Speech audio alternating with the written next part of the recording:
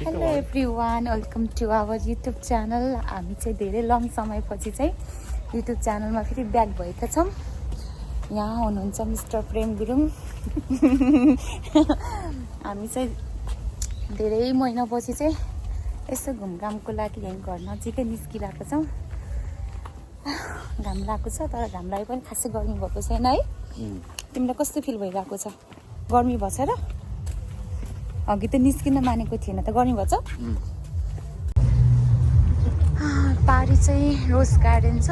पारी रोज गार्डनमा चाहिँ आज धेरै मान्छेहरू छन्, किनभने यहाँ चाहिँ कन्सर्ट चलिरहेको छ। आज 3 दिन भयो। हामी बाटो क्रस गरेर एकछिन त्यो गार्डनतिर पनि हामी एकछिन घुम्छौँ।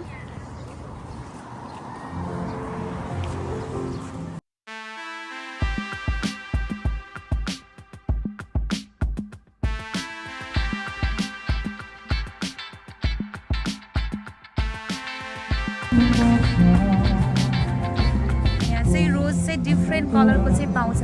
येल्लो, पिङ्क, रेड, पर्पल, जुन कलरको खोजे पनि।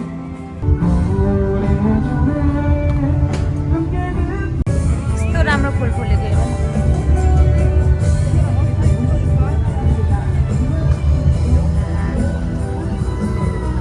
आज चाहिँ यहाँ कन्सर्ट भएर मान्छे धेरै भएछ है।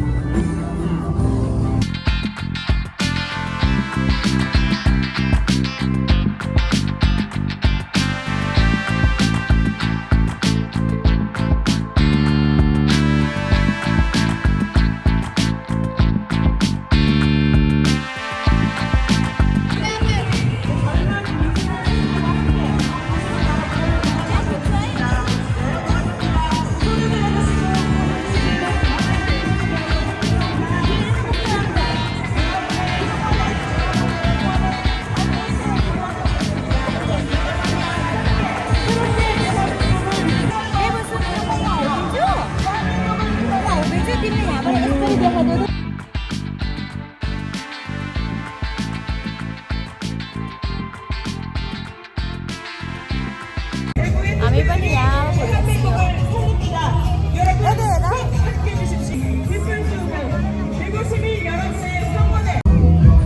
यता चाहिँ यहाँको बच्चाले डान्स देखाइरहेको रहेछ। यता आउने, यताबाट हेरौँ।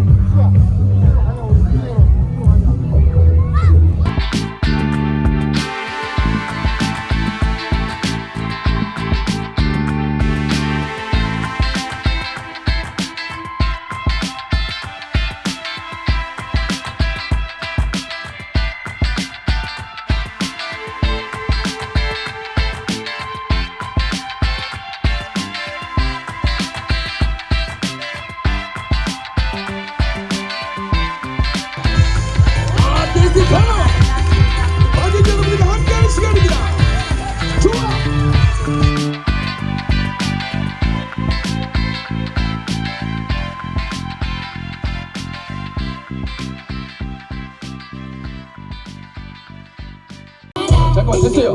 니네 연습했지? 아는 거예요? 그래요? 정말 대박이다. 저 두 번째 곡 한번 갈게. 두 번째 곡 음악 주세요. 마지막 마무리까지 딱 좋아. 푸드트럭 이용권. 야! 자, 빨리 가셔야 돼요. 자, 1시 40분까지 운영합니다.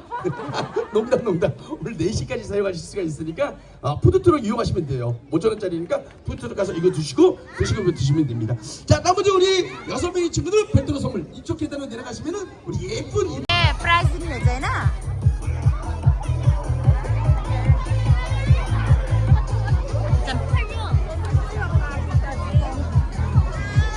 अब हामी पनि जाम। उहाँ फोटो खिच्छु नि म। यहाँ फोटो खिच्छु कि कस्तो प्याक हुने रहेछ त्यहाँ लाइनमा बसेर। त्यहाँ हिला खाऊ चाहिँ यस्तो बच्चाले खेल्ने कुरो रहेछ। यहाँ पनि रहेछ आइसक्रिम, तर यो नमिठो खालको।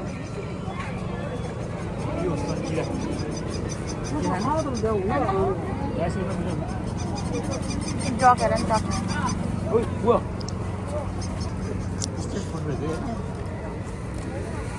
लेक साइडको जस्तो भयो फिल आएको कि यस्तोमा के मेला लाग्दो हुन्छ नि न्यु इयरमा।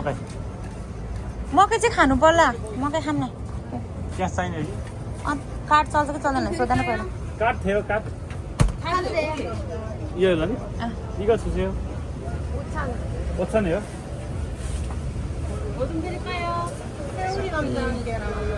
हामीले खानु जस्तो त कति ठुल्ठुलो मासुको त्यो स्ट्रिपमा अब उता बसेर खाने शीतल 아쿠가 따뜻하죠? यसो देखेको त त्यो नेपालमा न्यु इयर लाग्दाखेरि राख्छ नि बाटो बाटो हो बेबु त्यस्तो फिल आएको कि त्यस्तो भाइब्स आएको कि अब उहाँ एउटा ठाउँमा मकै बसेर खामै यो हेर न ब्रेड केक उयाबाट कटन आउँछ नि त त्यहाँबाट यसरी जाऊँ अनि त्यहाँ पार्क छ नि त्यहाँ बस्ने ठाउँ कि त्यहाँ बसेर मकै खामै कस्तो मिठो हुन्छ यहाँको मकै त साइलेन्ट छ त आज त केही बोल्दैनौ त के केही बोल्दैनौ त मेरो आँखा ड्राई भएर हो कि मलाई बोल्नै जाँगरै छैन कि बिहानबाट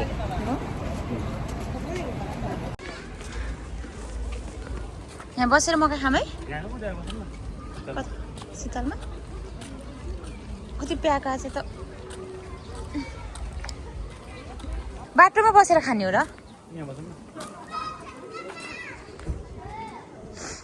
न छ है यस्तो खालको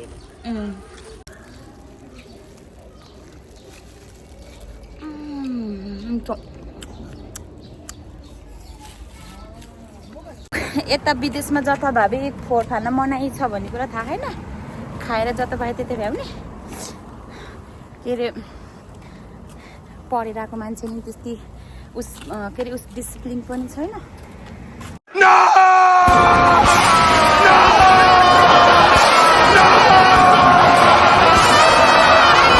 खाएर मकैको छोरीलाई जहाँ पाए त्यही फाल्छु भन्ने मान्छे अब चाहिँ हामी यहाँ पर इमार्टमा सामानहरू किन्न छ अलिअलि सामान किनेर चाहिँ घरमा ब्याक हुन्छौँ आजको हाम्रो सर्ट ब्लग चाहिँ यति नै बाई बाई बाई बाई गर